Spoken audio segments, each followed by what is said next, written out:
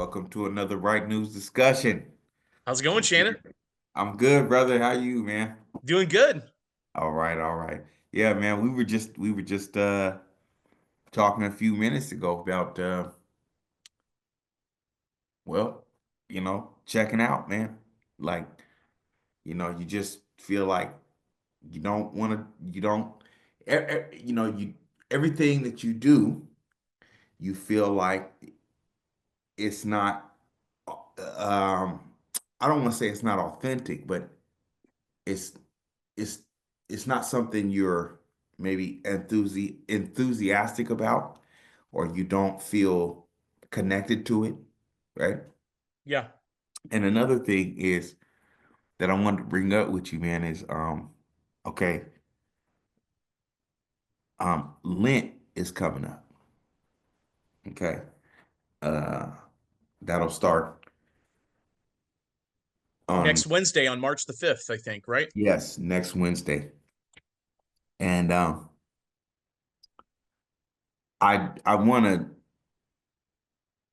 pick your brain a little bit about one, like when you feel like checking out and you just like, I don't care. It's not even that I don't care. It's just like I'm I'm riding on pilot mode. Hmm. I'm just cruising. I'm just doing just to get through, you know. And two,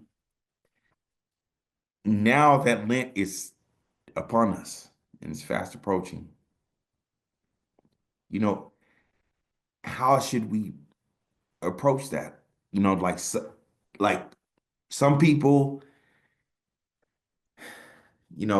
they dread it. They're like, God, I don't want to go through this shit. I don't want to fast. I don't want to give up stuff. I Yeah. don't feel like dealing with this 40 days, And some people are like enthusiastic. They're so ready for this. They're so, like I'm ready. I'm a champion. You know what I'm saying? I've been preparing for this, for months, and I think that's the way everybody is at the beginning of Lent, like the first day of Lent, and then I think like day number 2, day number 3, then people are agonizing over it, and they're like, what did I get myself into? I'm not going to be able to do this. I yeah, really can't do this. But then hopefully it gets us thinking about the Lord in the garden, yeah. and just like him saying, I really don't want to do this, And you what did know. he say? He said, man, and that's something hey, let's talk about that because Jesus did say that. He Yeah. said, Lord, if it be your will, take this cup away from me. Away from me. You and know? and, and the thing is, you know us agonizing over our little minuscule issues like 2 days into Lent, I think what that does, I think it makes the gospel come to life Yeah. in a way that just reading the words on the paper, that it just doesn't come to life when you're merely reading it and you don't have any kind of experience to kind of bring your body into it, Yeah. Yeah. if you're only intellectually invested in the gospels, I think it's very easy for you to lose interest and for you to not really get it, but and I think that that's one of the things that Lent is there for, is to put you into it, because you should really come to realize that that the gospel, and really the Bible overall, the narratives in the Bible are not, you're not a bystander just reading a story, just reading a separate story the way that you would go and like watch a movie or something. Mhm. This is the story of your life that you're participating in. Yeah. It's happening all around you all the time. Yeah. You're born into it at your baptism, Hmm. and then you will die and you'll be resurrected Hmm. again as well. Yeah, so the thing is, it's and I think it's something that we fall that as a result of the 20th century combined with the Enlightenment and everything like that, we have a tendency to want to view the story of the Bible, the story of the Gospels, as wow, that is such an interesting story that, or you know, and you know, people will say it's the greatest story ever told. It's the most important story that can ever be Right. told. It's the It's story of so all stories, the myth inspiring. of all myths. And Yeah. the thing is, that's all true. Yeah. But when you disassociate yourself from it, that I think leads you down a path that makes it very easy for you to fall off the path. And I also think it makes it very easy for you to have a lot of for you to have a lot of just a lot of problems, you know, Yes. Yes. what you know, walking the walk, and also just a lot of problems living your life, you know. Yes. Yes. So Yeah. you have to be in it, you know. You got in you know, oh, what's the saying?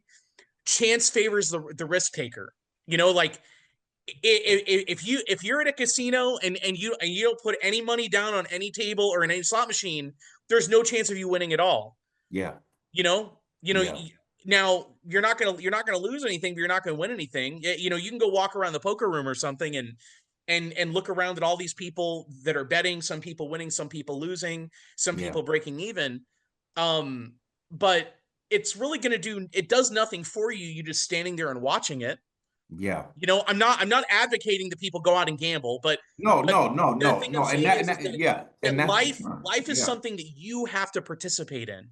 You Yeah. know, life is not something for you to be a bystander and just watch it happen and watch other people do interesting things, watch other people live, watch other people do things. Mm-hmm. Life is meant for you to be a character in it. Mm-hmm. You know, Mm-hmm. and that's the thing. You may not even necessarily, you know, the role that you have to play may not even necessarily be the main character. Yeah. But the most important thing I think is for you to find out what what character are you supposed to be? What role are you supposed to play in Yeah. this? You know, Yeah. you're not the audience. You're one of the characters in the story. You're Yeah. not an actor. You're one Yeah. of the actual real flesh and blood characters in the story, and you got to figure out which one you are. Yeah. Yeah. And I think that the other thing is that if you're talking on a Christian level or in Christian terms, is Mhm. that you know, like it's not just a gamble. It's like you really have to put you have to put your your cares and everything, man, like your vulnerability, all the things that bother you, all the things that agitate you, this life Yeah. into the hands of Christ. You know what I'm saying? You say, okay, Lord, I'm tired, man. It's like I'm tired. Amen. You know, um, I don't know what to do anymore. I don't know where I'm going, you know, but I wanna, and I think we all feel this way, you know, like even though, you know, like, okay, for me and you know, as Catholics, you know, we know because, you know, even if you're not a Catholic, or I mean, even if you are a Catholic, you know, when you're not always reminded that, like, put it in the hands of the Lord, you know, Right. uh, you know, like the sacraments and everything are there to give you guidance. You know what I'm saying? But even being a Catholic, you know, you say, I'm tired. I don't want to, I don't want to do this shit no more. I don't want to, I don't even want to think anymore. You know, I just Right. want, I just, I just want it all to go away, whatever I'm dealing with, you know? And I shared with you a couple of days ago, Dr. Matthew Bruninger, right? He's a Very interesting psychologist. last name. Yeah, yeah, right. Bruninger. That's his. Very well spoken guy too. Yeah, yeah, yeah. He's awesome, man. Yeah. I really hope we get a chance to collab, maybe get him on the podcast That'd be because incredible. he's definitely the type of person for me that I think I could really, you know, like I understand what he's saying, you know, that you have to um sort of be willing to let the things that you try. Okay, he talks about like we cover up a lot of shit, like we'll hide ourselves in like false identities. You know what I'm saying? Yep. I'm a strong. I don't take no shit from nobody. You know what I'm saying? I'll whip a motherfucker's ass all the time. Hmm. You know what I'm saying? Or I'm the finest thing walking around. You know what I'm saying? I'm cool. I got it going on, or I got money, or whatever. You know what I'm saying? But he says, see, those are coping mechanisms, Yeah. right? To really to cover up the things that you really feel, which is vulnerability and the fact that you don't got it going on. You don't know what you're doing. You don't you ain't the strongest motherfucker walking around. You know, you have to and the only way to really deal with that, man, is to like, you know, be like, okay, Christ, bro, he was on that cross. Yeah. You know what I'm saying? Just splayed out for everybody to see. Now, if you talk about vulnerability, I mean, that is real vulnerability. You know, that is, you know, you can't do anything. You are nailed to wooden beams, your feet and hands, and you can't do nothing. You know what I'm saying? Yeah. And you want to be angry and you want to lash out and you want to just be like, I want to I want to whoop everybody's ass, you know? But when you see Christ like that, it puts a certain detail on it. Like, okay, Christ as a man, you know, he suffered willingly. He was willing to be vulnerable and he was willing to tell the truth, like, you Hmm. know, he wasn't hiding anything. He was saying what it was, like when he says, if you love those who love you, what benefit is that to you? Yep. There's nothing difficult about that. You know? You know what I'm saying? There's nothing difficult about that. Yeah, because it's a sense of like, okay, yeah, you love me, I love you. Yeah. But when people do shit that bother you, that dig into you, man, how do you how do you continue to love that person? That's what I want to know. You know, like how do you love the person that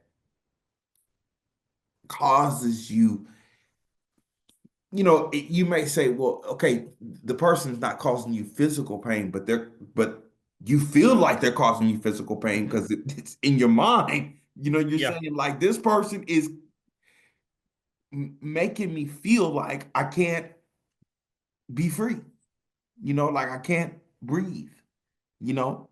So, you know, you know, I mean, Jesus would sometimes draw away from people. He would draw away from the crowd and Hmm. whatever. But I think he also understood that like humans are like because, and I say this because Jesus was God, right? Jesus understood that humans are also social beings, right? We need interaction in order to function properly, you know. But what happens when you are dealing with people that I don't know, who don't think that way, who don't who don't keep Christ at the forefront of their mind. You know what I'm saying? And Hmm. they don't think like, okay, every day I wake up, let me be more Christ-like. You know what I'm saying? Does that make sense what I'm saying? Yeah. Like you know, it's just I think for me it's like it's hard, man, to be around people who don't who can't understand that whole concept. Like, okay, you know, every for me, everything like when I and I'm not saying this to be like as hubris or anything. I'm saying it like for real. I when I wake up, I don't okay, I don't pray every morning. Okay. I don't wake up and pray or read um The Bible or the missile, oh, okay. Yep. Yeah. The yep. you know, the daily prayers or everything. I wake up and I'm like, okay, I got this going on. I got to do this. This is the next task. This is the Hmm. thing. These are the people I have to talk to. These people I got to deal with. And that, it like it weighs on you. You know what I'm saying? Because Yeah. you're like, okay, I got to do this.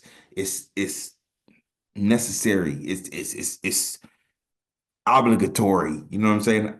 I can't do if I have to do it. But the thing about it is that like what I want to do, what I would like to do is to say, you know what? I want to take time and just, man, like I want to wake up and be like, Lord, I thank you for this day. I thank you that I'm able to live another day. I thank you that I'm not ill. You Right. know, I thank you that I don't have financial issues going on, you know, or maybe I do, but it ain't that bad. You know what I'm saying? Right. I thank you that I don't, that I have family, you know, I thank you that I have friends, you know, but for me, it's like I wake up and that's not the initial thing. The initial thing for me is like, I got to deal with this stuff. I gotta take my kids to this and that. I gotta pay for this and that. I gotta take my, you know, loved ones to this and that, you know.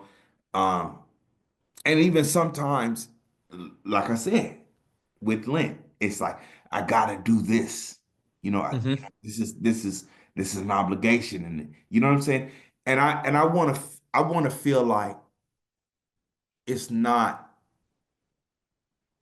Yes, it is depriving yourself of your vices and everything that is, sort of that you would lean into to deal with your problems. But I also want to feel like it's not an obligation. I want to feel like it's like this is a time for you to have rest, tranquility, repose. You know, lay it all down, put it on the table, you know, give it to the Lord. You know what I'm saying? That's what I want to feel. And I don't, I know I'm talking on this podcast and whatever, but that's what I want to feel. And I think a lot of people want to feel that. They want to feel like in this time of Lent, of repose, I'm laying it all down and I want to rest. I want to be at ease. You know what I'm saying? I want to just tell the Lord, like, you know, I need healing, man. You know? And so I want to know how you feel about that. Like what, you know, e- everybody makes it seem like Lent is like the hardest thing to go through, you know? Yeah. And it is hard. It is because the things that you turn to, you know, Well, yeah. I think in many ways it's we especially in American society, in our which is the only society I know, which is the only Yeah. and it's the only society you know too. Yeah. Yeah. But in American society, we define freedom and liberty in the negative sense Mhm. that um that you are free when you are no longer restricted. Mhm. That like the argument would be that you are more free when marijuana is totally decriminalized, Mhm. that you are more free when corn is completely legal. And by corn I think people know what I'm referring to. I just don't want to get your video I don't want to get it restricted. We know And what you're then talking about, brother. yeah, and then and then there are other things like the fewer restrictions there are on the sale of alcohol, that Mhm. the more free everybody is and everything. Mhm. And so now the thing is, for people that don't like the government to be in the middle of the economy and in the middle of our lives and everything, I do not like the idea of the government being in the middle of everything, just for the record. But Yeah. when we argue that we have more liberty and we have more freedom when we have more access to these kind of things, and that when you are, if you want to be drunk, and when you do get drunk, a lot of very like libertine leaning kind of people, and also too very very, very liberal people and stuff would argue that is you being exercising your freedom to get your ass totally wasted. Yeah, and that, but traditionally the way Christians would put it is that the person that is drunk is in bondage. Yes. You know, Yes. when I overeat, or when I overdrink, or whatever, I'm in bond. I'm you're in bondage when you glutton anything. Mhm. And the reason is that it causes you to lose, um it Freedom. causes, yeah, it causes you to really, really, most importantly, it causes you to lose control over your life. No longer are you the master of your ship, but this vice becomes a master of your ship, and it Yes, it and it does. becomes a form of control. Yes. And the thing is, and that's why I think, and this is something I try to remind myself during Lent, which I crash and burn during Lent just like everybody else, Oh man. probably more than anybody else. But Rather. something I try to remind myself during Lent is that when when you're fasting and abstaining from luxuries, when you're fasting and abstaining from food and from drink and from just anything during the day that you find to be comforting or pleasurable, of course within reason, Mhm. but when you do that, you're you're experiencing you're training yourself, you're training your will uh to become more free, Yes. because because your your will is just like it's just like muscles, it's just like your intellect. Yeah. The more you train it, the stronger it becomes. Yeah. And if you sit around and you don't move your body at all, and you're just sitting there eating a bunch of seed oil snacks and stuff all day long, like 24 hours a day or whatever, you're training your body to get massive Mhm. and to become unhealthy. Yes. You're going to lose muscle and everything, and you're going to become very, very unhealthy. Yeah, so that would be like, that would be training your body, but you're also training your will. The more you do that, the more proclivity you have to do that in the future, right? Yeah. And then and then let's say your intellect, for instance, if you spend all your time obsessing over a political ideology, like if you are obsessed with Donald Trump, like in a personality cult kind of way, Yeah. you're you are latching your very self-identity and your intellect onto the existence of Donald Trump, or Yep. maybe it's not Donald Trump, maybe it's Kamala Harris, Yep. or whoever. Yeah. I mean, Yeah. so the thing is, when you are fasting, let's say you have a habit of obsessing over the news for like 2 hours in the morning, or something like that. Yeah. When That's me. Yes. Yeah, That's well, and me I too. I admit mean, that.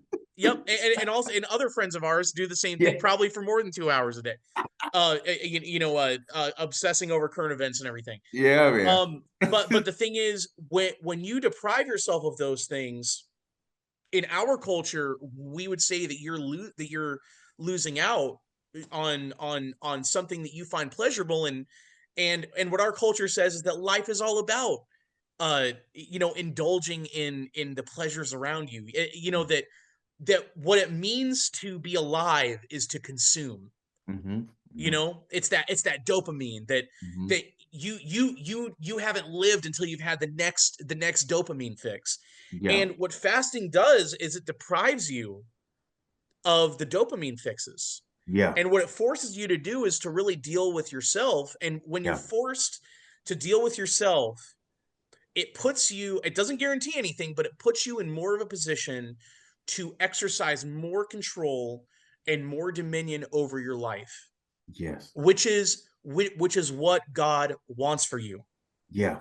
Yeah. That's the reason Jesus went to the cross, was Yeah. to free us, right? Yeah. Yeah. And that's something that I think we tend to miss out on in America, and in a lot of forms of American Christianity, is we view Jesus on the cross as only being a payment for a tab that we can't afford to pay ourselves. Yeah. Yeah. Certainly, Yeah. certainly that is an applicable metaphor. Yeah, I mean, for sure. Mhm. But it's much more than that. Yeah. And Yeah. when we relegate the work of the Lord to being like, this thing that's outside of us, and this thing that's very intellectual and everything. Well, the thing is, it's still happening. Yep. And that's the thing. Calvary was one moment in history, but it's also taking place throughout all of history. Right. Yep. the Yep. the the moment in time that we're living in right now is occurring in parallel to Calvary. Yes. Yes, and it is. and the whole thing's mysterious. And yeah, so I could keep going on about that for No, no, no. I forever. like that, man. You understand? You keep on talking, bro, because I'm hearing it right now. But Yeah. I wanted what you say? Oh, the only thing I was going to say is that, um, and this I want to direct more toward people our age. I'm Mhm. not saying that anybody who's a boomer or Gen X or something shouldn't listen, but Mhm. I think this is really for people our age, and also for Gen Z, for the Zoomers that are behind us. Um, you know, we were handed a okay, here, let me put it this way. in in you know in Europe, we've talked about the Dolce Vita before, right? Like The the, sweet the life. yeah, the sweet life, the good life in Italy, how Americans will go and visit these European cities that are all built around the person. They're all built around around like uh, not just the person, but around the community, around having something that really appeals to all the senses, Hmm. that that brings beauty to earth, that tries to ground the space in beauty everywhere. Hmm. Yeah, Hmm. and not just that, but there are places where you end up seeing a lot of like um especially in like Italian towns and stuff like that, and even like French towns and stuff, like in the countryside and everything. Hmm. You'll see a lot of places where people live really, really close together. The whole Hmm. like and a lot of the people that live in or that live in the places that are not touristy, their families have lived there for generations and generations, so everybody knows each other. Yeah. So um where I'm going with that is that at the end of World War II, we had a brand new order that was established in the West, particularly in America. At least America's sort of the model home for it, where we totally atomized ourselves. Hmm. We destroyed ethnic neighborhoods in urban areas. Hmm. Um, we completely eradicated the sense of community from America. Hmm. In general, there are obviously exceptions to the rule, but in general, we eradicated the community, and anything that you need, whether it is um encouragement, like moral support, or it's the necessities of life, like food and drink, or whatever, you're supposed to go and pay for those things. you Right. know the moral encouragement and support that you would have previously received from the people in your community that live around you, Hmm. you go to a therapist for that now. Hmm. And you there's a monetary transaction. Hmm. And then for like, let's say, eggs, for instance, which is something that is which are very expensive right now. Yeah. Traditionally, people in the community would raise chickens, and for anybody who has ever lived around a lot of chickens tend to produce a lot of eggs. Hmm. So eggs were historically a very, very cheap and available source of protein in the community. Eggs were a form of like peasant food, Hmm. Hmm. um because they were so cheap. Hmm. So the thing is, that whole system of there being a local community that was there as a to undergird everyone, where everybody had each other, where where you were born into a social network of support. And this would be in your family, and then it would go out to your extended family, and then it would even go out to the community, to people that you weren't related to. But you know especially in the American tradition, you would have people that spoke the same language that you did, or maybe the same secondary language. Like, if you lived in a Polish neighborhood in Chicago for blocks and blocks and blocks, everybody would have like the same kind of like culture, and everybody knew each other, everybody went to the same church. Yeah. And you had that, and you still have that. I think more preserved in the Black community now than you do in any of the other communities. But the American system is fighting to atomize the Black community too. I mean, it's just a matter of time if things continue the way it is now. You know, Yeah. but this system is all about, rather than you having all of these, rather than you having this network of support around you that would propel you into becoming who you're supposed to be, and that would um help you uh Navigate. yeah, navigate life. Hmm. Like, let's say that you didn't have a really good set of parents, or let's say one of your parents died whenever you were young. When you live in a close knit community, then somebody else from the village will pop up, Yeah. and support you. It won't be the same as your actual parent Yeah. or parents, but they would immediately step in because they know you and they care about you. You know, Yeah. but the thing is, now we live in a world where it's all about, we're all atomized individuals, Right. and the way you go out into the world and acquire things is through a monetary transaction. Yes. And Yeah. the thing and the reason I said before that I want for millennials and the zoomers behind us to really pay attention to this is that this whole system is cracking up. The system is falling apart. It can't support its own weight anymore. Mhm. And I don't think any of us should feel any kind of deference to the existence of the system any longer. I don't think any of us should be foot soldiers, or make any kind of sacrifices to preserve the system, because this is a dying system. It's a hollow system because it's all based on it's all based on consumption. Mhm. That's what it's all based on. It's all based on the notion that the way you are supposed to live your life is not um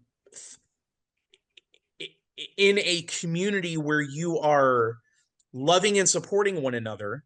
Mhm. You are supposed to live your life by trading your labor for money, and then developing a list of tastes and preferences of brands and things that you like, and then Mhm. exchanging that money that you earn for in exchange that you earn for selling your labor.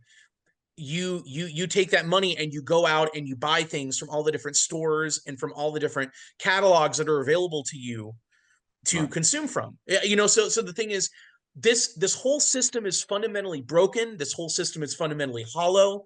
And this is the thing, it always has been. The only Yeah. reason that this system functioned as well as it did from like 1946 to the early 70s was that America was the only country in the world, or was the only major power in the world that had not been decimated by World War II, in the sense that um, in in Europe, everybody got bombed. Mhm. The Mhm. Germany, France, Italy, Russia, Poland, Belgium, Mhm. Spain was still recovering from their civil war, Mhm. and then the UK was a mess because they leveraged their entire empire for the war, and they ended up losing their whole empire. Yeah. But the only reason I say that is that then the US kind of redrew what life was going to look like. Right. And the way that we redrew it was based upon the premise of the individual consuming. Mhm. And so the thing is, this whole thing after World War II, it can't sustain itself any longer. Um, so I guess the only reason I'm saying this is none of us need to be treading water for this hollow and kind of like morally bankrupt system that was set up at the end of World War II. None of us voted for it. None of us asked for it. We were all born into it. And what I say is to hell with it. Mhm. Because at the end of the day, what ends up replacing it is going to be something that probably looks more like the world prior to the world wars, Mhm. where people have strong, tight-knit communities where they support one another. But this whole notion that like Washington D.C. is supposed to be like the forbidden city, Mhm. and that it's going to be this massive, that there's going to be this massive federalized like welfare type of system Mhm. that's supposed to be everyone's anonymous backbone. Mhm. That's no longer going to work anymore, because this system's broken, and it's only and it's not fixable. In my opinion, it's not fixable. Yeah. And a broken system is not able to fix itself. Yeah. This is not a human body that has an immune system, right? Right. Right. This is a social system that was engineered into existence, and every engineer that put this thing into that designed this thing and put it into practice is dead. Right. The Right. Keynes, Keynes, is that his name? Oh Keynes? yeah, well, you know what, man, this even goes beyond the Keynesians. Okay. This is what some of the the whole, you know if you really want to boil America, like the philosophy of America down to its most irreducible component, and what I mean by American philosophy is philosophy that kind of originated among American intellectuals during the 1800s was utilitarianism, and Okay. what was this radical individualism, that this like that where everyone's is supposed to be an atomized individual, and that people having relational ties to one another is somehow bondage. A mother having a responsibility to her children is somehow bondage.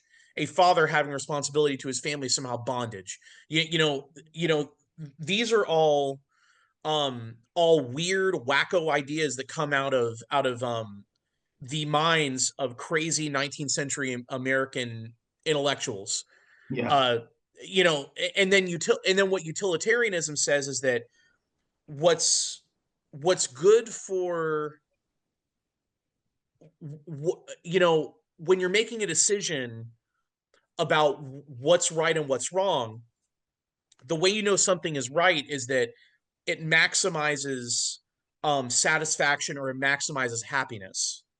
Mhm. So so utilitarianism, so the word utility, Mhm. we have a tendency to think of the word utility as like electricity, Mhm. or like the like water, like water or something, water Yeah. that comes from the tap. Something efficient, something that's Right. But in reality, the word utility actually, or when in terms of philosophy and even in terms of economics, the word utility actually means satisfaction or happiness. Mhm. So the whole idea would be, how do I know whether um whether car A or car B is better? Well, it's whichever one I derive the most happiness from, you know. And then if you collectivize the decision, or if you're not dealing with an individual, if you're dealing with more than one person, the question would be, well, what leaves the highest number of people better off? Mhm. So if so let's say you're a government regulator, and you're dealing with two different kinds of cars that you can incentivize in an economy. Mhm. If you're a utilitarian, you would ask the question, which leaves the most people better off, or the most people satisfied? Right. So the way that you would measure that might be, which car is going to be the least expensive. Another way of looking at it might be, which car is going to be the safest. Yeah. But the thing is, you utilitarianism gets really weird, and gets really sketchy whenever you get into the question of things like euthanasia. Mhm.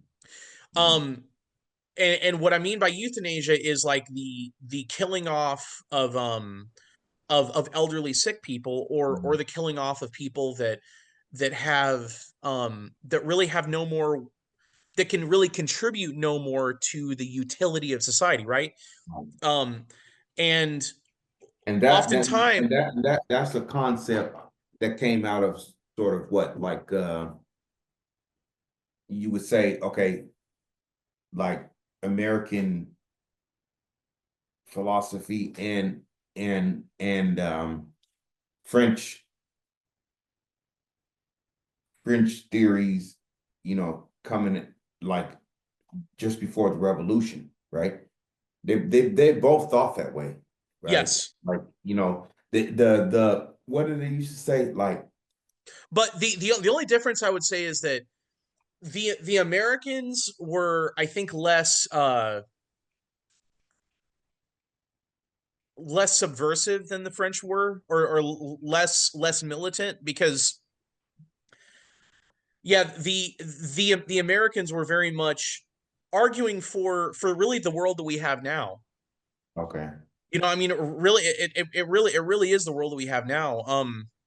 But like euthanasia, for instance, the argument would be something like this: that uh, the question would be, it does it leave more people better off by dedicating society's resources to keeping a sick person alive that will never be able to recontribute back uh the amount of resources to society, Mhm. uh, that that they have essentially been lent by Mhm. society. Like, let's say it's an elderly person who's like 70 who needs to have a knee replacement surgery. Mhm. A utilitarian might say, well, um, it may not be good for society to do that because the resources and time and everything that the society is going to put into replacing the 70-year-old person's knee, that could be put into educating a child, or Yeah. that could go into. In other words, this person is useless. Right, That's yeah. what they would say. Yeah. But the thing is, when you get outside of the Abrahamic faiths, in particular Christianity, when you get outside of that realm, you Mhm. very quickly start getting into, and you can see this universally around the world, where the strong subjugate the weak. Mhm. That is the natural fallen state of man, Mhm. um, outside of outside of God's intervention. Mhm. Mhm. Mhm. But so the whole reason I said all that is I don't think we should feel any obligation to preserve the system. Maybe feel a little bit of nostalgia for it or something, like the way that, especially talking to millennials and Gen Z, the way that old people used to celebrate Christmas. Mhm. Like, the whole, like, the whole nostalgic thing of like having the decorated tree, and they're all the little decorative knickknacks and stuff all throughout the Mhm. house and everything. Mhm. You know, our generations really don't do that anymore. Yeah. And I think that the reason is that we're broke. You know, we can't We're afford to broke decorate a Christmas tree, and we can't afford all the little knickknacks and everything. and not only that, we're broke mentally, man. Right? Broke mentally and spiritually. You know, Yeah. so the joy that our forefathers and everything would get out of all that, we don't feel that anymore. We feel like it's just a we're just doing it because it's a time and period where we get to do that. But yeah, I think you're right, man. Like, you know, well, anyways, I'll end it with that. The next time we talk, though, I want to talk to you about this whole idea that you had about the Fourth Republic and everything, because that is a very interesting topic. You know what I'm saying? And I think there's some things that um, I can we can both sort of um put together with that. Yeah. The whole idea of the Fourth Republic, and then there's this other idea of schismogenesis that I think works really well with that.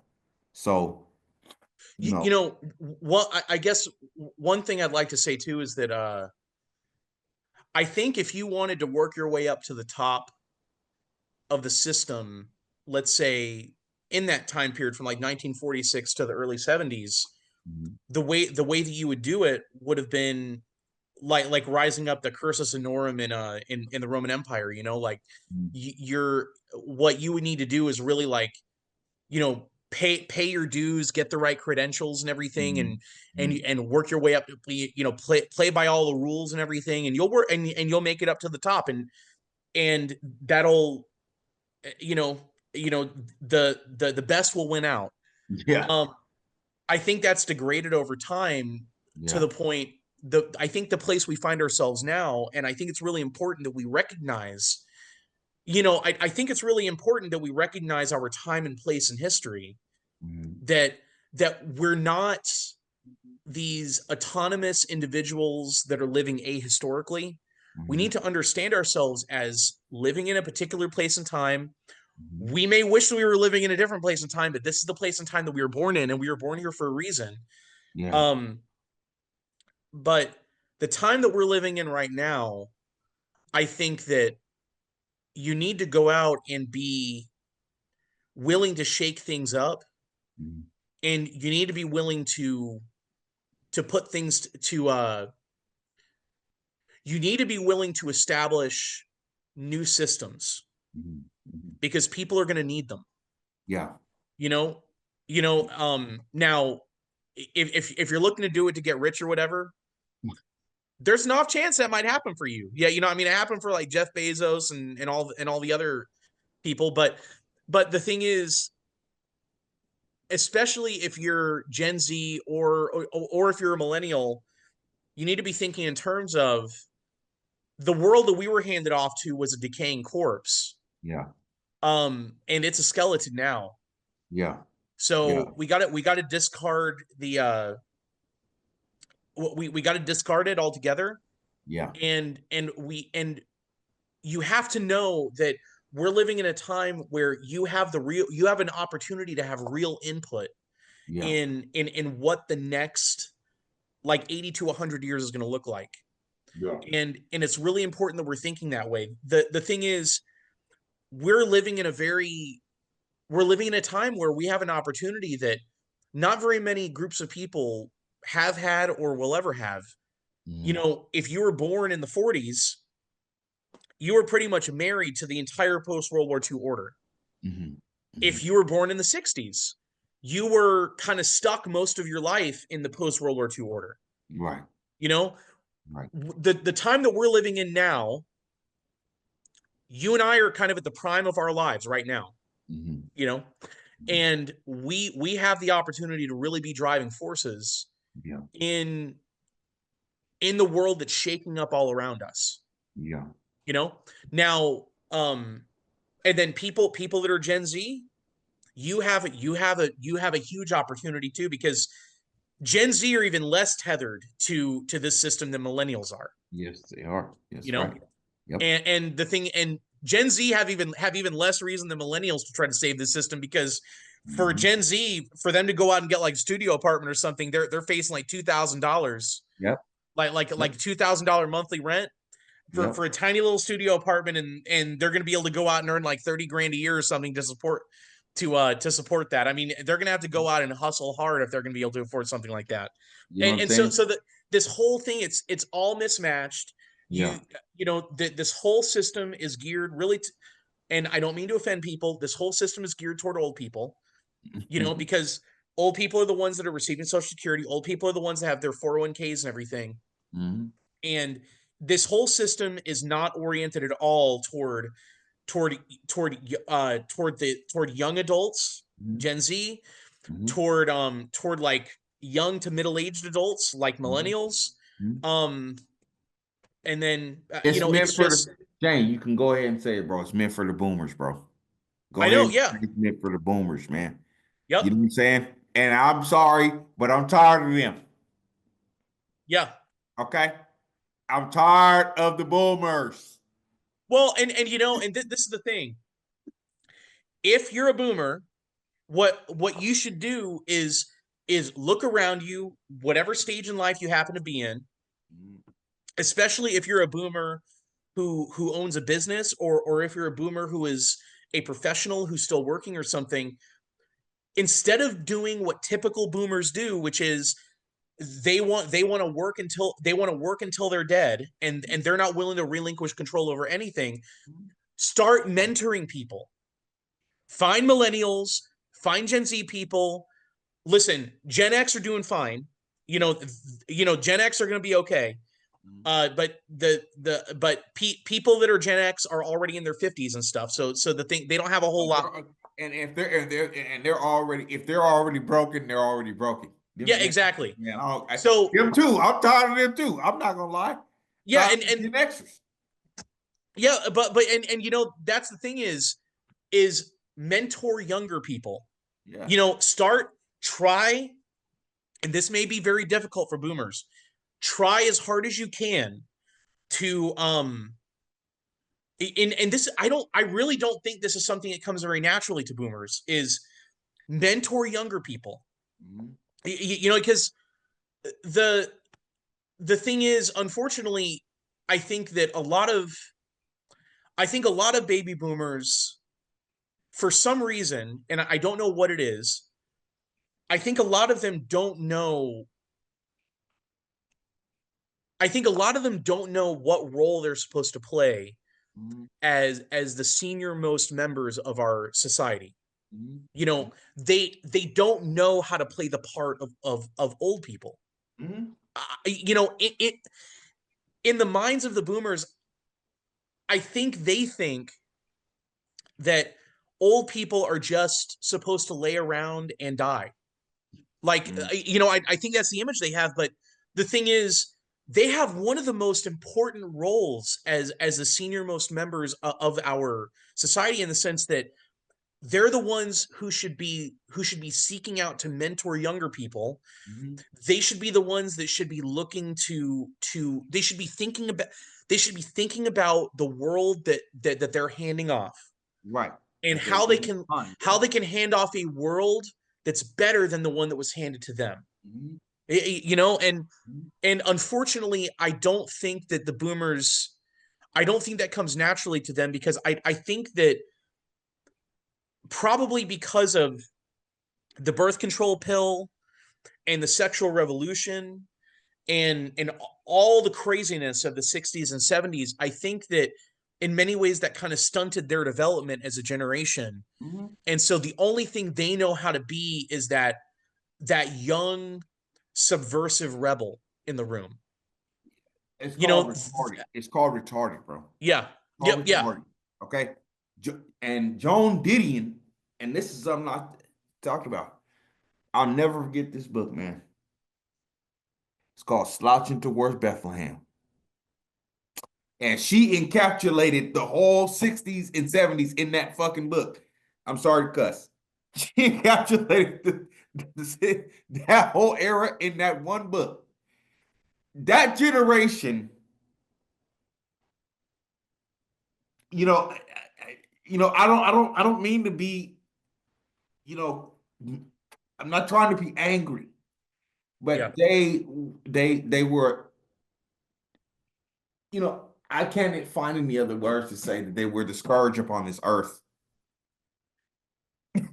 Okay, You I mean, know, in America, they were degenerate, deviant, and retarded. You know what yeah. I'm saying? And they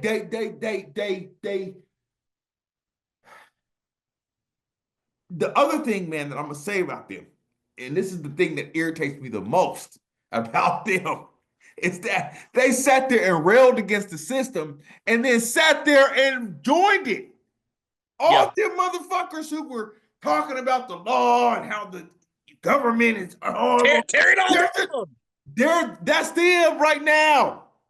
That's them, Well, bro. and you know, something that I find really intolerable among boomers is, generally speaking, the same boomers that burn their draft cards and that were not willing to go and serve in Vietnam, which the whole Vietnam War, in my opinion, was a totally bullshit war. Should Yeah, have never happened. The whole thing was exactly. crazy. Yeah. But the the boomers, when they were young, railed against Yes. the Vietnam War. They And spit on the military guys that yeah, came back home and shit. I don't like. I, but but you I see, can't. I'm not. this is the I can't. hypocrisy, though, is the boomers were the ones who pushed for the war in Iraq. Yes. The boomers are the ones right now as we speak, that are fighting to keep this whole war in Ukraine going. John Bolton. Yes, exactly. Yeah, you know, and the thing is, um and you see, to me, that kind of encapsulates my take on the boomers, is that they are perennially kind of trapped Mhm. in their youth. And I think that's the reason that for boomers everything is about this, that for them everything is about the civil rights movement. Mhm. You Mhm. know, That's the that's what the that's what the black boomers. That's the black yeah. boomers. And that's what the We white, got to but keep the that's what all the boomers, man. rainbow push, keep hope alive. Man, I'm not even gonna say it. I'm not even gonna say it. You know what I'm saying? I was about to say fuck you, but I ain't gonna say it. And I said it. But you know what I'm saying? Seriously, they anger me to no end because everything, all their ideologies and everything, bro, it got passed down to us, and we carry that shit on like it's still our problem. Right. And it's not, dude. We got other shit. We got other problems, bro. We got real problems. Like, well, it's like I said before, Gen Z literally, they can't afford to have a place. Gen Z can't even afford to live in a place with roommates. You know, and the boomers want to sit here and talk about like talk about racism. You know, It's like, can you shut the, you know what I'm saying? Shut the, bro. you know, and but you know too, man, like that's something that you know, the way I said, you know, earlier, that people our age and younger, we need to be thinking in terms of uh of what the new system is going to be. Mm-hmm. We need to really be thinking about how this new structure is going to work, you Yeah. know, Yeah. because the thing is, this whole thing's cracking up, and the people that are at the helm of it really have no business running anything. And you know, so the thing is, the boomers did not build this system. Mm-hmm. The World War II generation did. Mm-hmm. And so when the Great system generation. breaks, yeah, and so whenever the system breaks, or there's some kind of an issue with it, the boomers don't know how to fix it. They just know how to put a band-aid on a broken arm. And You know, and complain. they just keep doing that more and more and more and more. Yes. And Yep. so this whole system is so top heavy because the whole thing is inefficient. And like I said before, this whole thing, I think, was a failed project from the very beginning. Mm-hmm. But the thing is, we don't even have talented people at the helm of it. Mm-hmm. You know, this thing just fell into their laps, Yep. and these are people that really have no business running anything. Yeah, you know, and you know, think about this: things that were handed off to the boomers, that were not this system. Things like like family. Mm-hmm. You know, things like the church, or churches.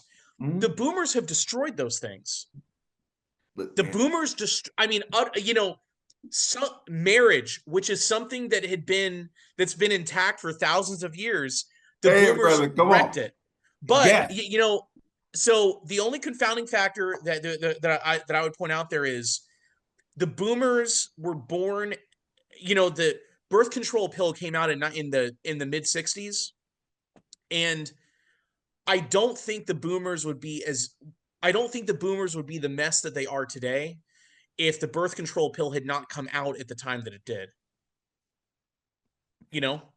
That, But well, they became yep. but the boomers ended up becoming missionaries for the birth control pill. You know, And and for the sexual revolution. fucking playing acoustic guitars Yeah. in church. You know, Yes. hey, I'm not gonna rail, dude. I'm not gonna rail. I'm not gonna And the fog machines and the strobe lights. Well, and here I'll leave us off with one last thing. rail. Um, Okay. if you are a millennial, if you're a Gen Z, go to a No, Gen X. oh, no, I meant Oh, the generation younger than us, oh, Gen okay, Z. okay, okay. Um, if you're a millennial, or if you're Gen Z, go check out a church Mhm. that on Sunday during praise and worship, they have a fog machine that pumps out fog, and where they have a bunch of strobe lights, and like you said, that they have like a bunch of people playing all kinds, like it's like a big rock concert. Yes. If you go and look at the audience at most of those churches, you'll find the audience is usually a lot of boomers. Yep. Yep. You typically will not find loads of young people in those crowds. Now, there Nope. are obviously churches out there that are like that have a lot of young people at them, but generally speaking, a lot of those churches, you're going to find you're going to it's going to be a sea of silver and white hair. Yeah. And Yeah. and the Because reason they're for that is entertained. They're entertained. They're right, being entertained. You right, understand? But they're not living this shit, man. They're right. not living this shit. They're not living this shit. And I'm sorry to say it like that, but they're not living this shit. They're entertained by young people. Oh, it's so good that the young people want to come to church, and it's so nice that they just love the Lord and blah blah. Man, dude, shut the fuck up because you're not understanding. We are suffering. Mhm. That's why we're coming to church. We Yeah. don't come to church to see you trying to make us feel good. Yeah. You destroyed us. Yeah. And I'm not trying to scapegoat them, but they destroyed everything in this country, man. And I loathe everything about them because they didn't care. And then this dude, you see what I'm saying? And now I'm going off because you done got me started, bro. But I'm gonna leave with this. This dude who makes these documentaries, these video documentaries or something like that. I'll give you his name.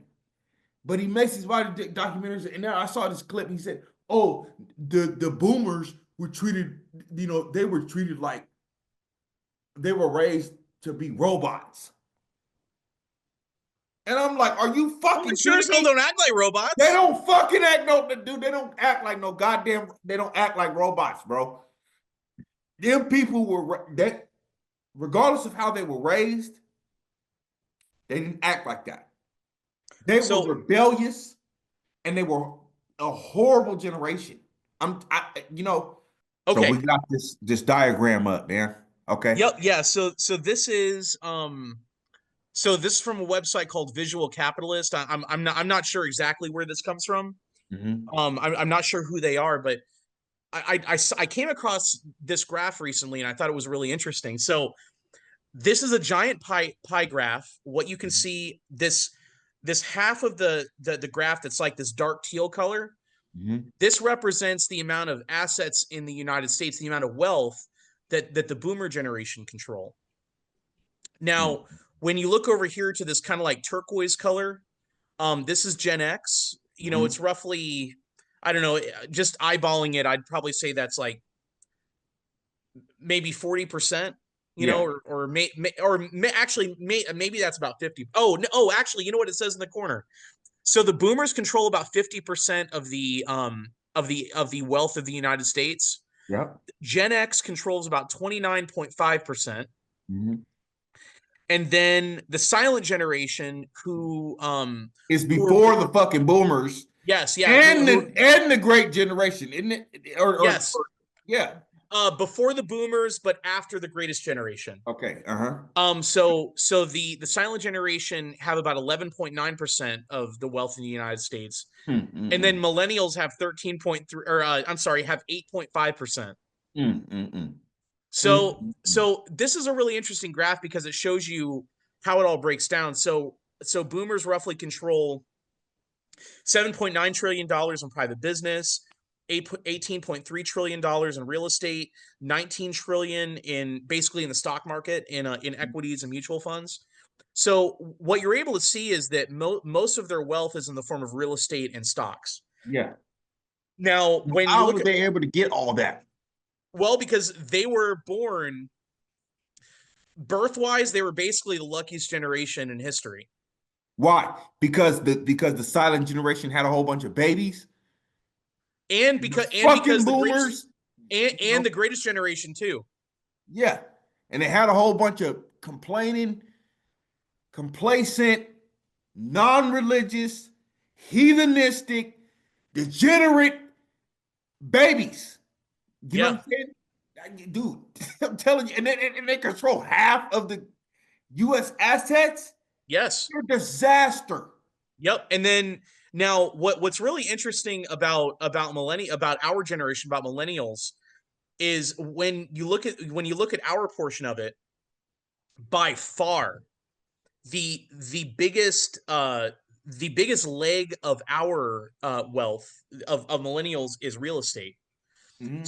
So what that means is the millennials who have been able to purchase homes, that means that is their wealth. Now, when you compare that, like let's say to to equities and mutual funds, to this, so $800 billion Mhm. So according to this chart, millennials have about $800 billion or own about $800 billion in basically in the stock market and mutual funds and equities.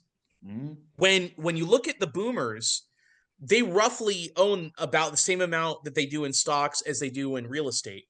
Mhm. For millennials, and the only reason I want to point this out is we're in the midst, we're at the beginning, in my opinion. This is not financial advice. Um, we are in the process right now. We're at the beginning of a real estate bubble popping in the United States. It's Mhm. going to begin in the South, Mhm. where the bubble began, and it will slowly make its way through the rest of the country. Mhm. But it's probably going to hit the South and Southeast a lot harder than it does anywhere else. Mhm. Um, what I would love to see is what this number looks like. This $5 trillion value of real estate the millennials own. I'd love Mhm. to see what that looks like in about 2 or 3 years after the bubble ends up popping, because that'll end up making that a lot smaller. Yeah. Now, but you see, in comparison, when you look at the boomers, they own a lot of real estate, but they also own a lot of other assets. Yes, they You do. know, for us, real estate is by far the largest category of asset that millennials own. Mhm. Mhm. Yeah. So that was the main thing I wanted to point out. No, And also too, when you look at Gen X, it's very unequal for them as it's very unequal for them, just like it is for us. it's unequal for every generation that came after these. You know what I'm saying? It's like God help me to not rail against them because I think about that stuff and it makes me livid. You know what I'm saying? But I don't want to keep going, bro. I want to do this. Oh, here, one last thing. The Yeah. source. So I just noticed. So the source for this chart, you can find it in the bottom right hand corner. The source is actually the Federal Reserve from Okay. 2023. Okay. So I'm guessing the Fed is the source for all of the numbers that are accounted for here. They're probably not the ones that produce this. Okay. Okay. Okay. Well, here's what I want to do. I want to end off with this because it is Lent. Lent is coming. We want to be nice. We don't want to, I don't want to be mean to the boomers. I want to be kind, you know, and loving and sweet.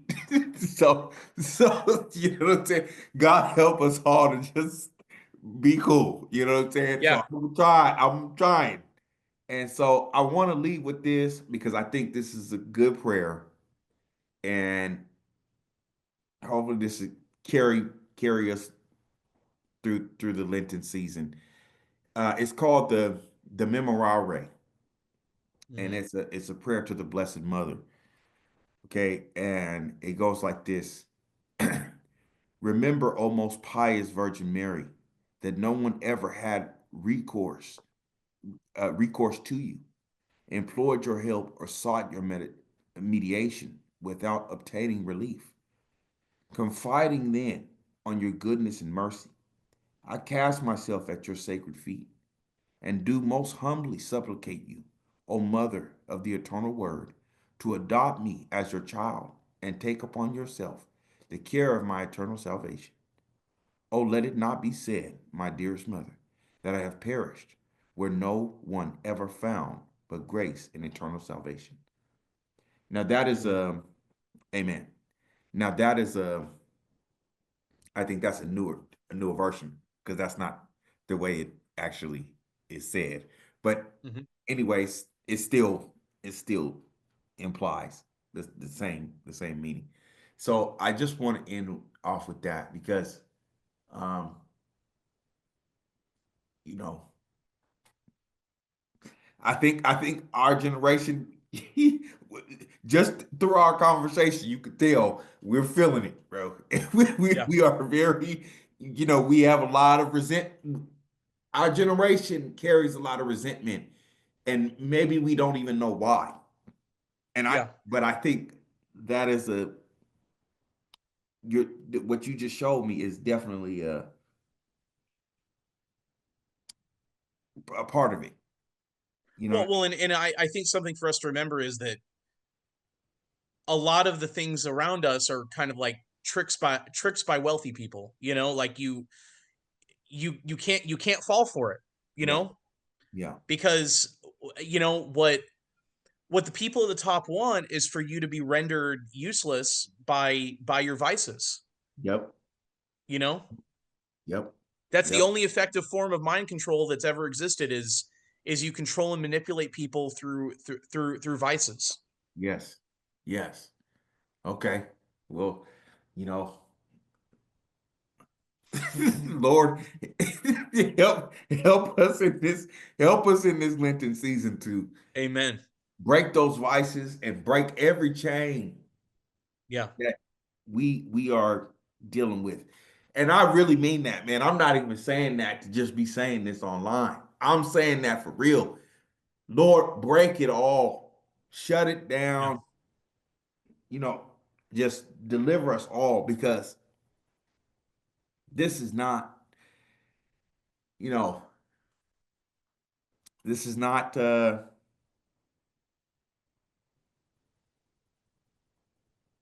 I don't even know what else to say. Help us, Jesus. That's it. Amen, man. That's I don't think there would be anything better to say. All right, brother. Until next time, man. Let's do it soon. All right, man. Peace. All right. Peace, peace.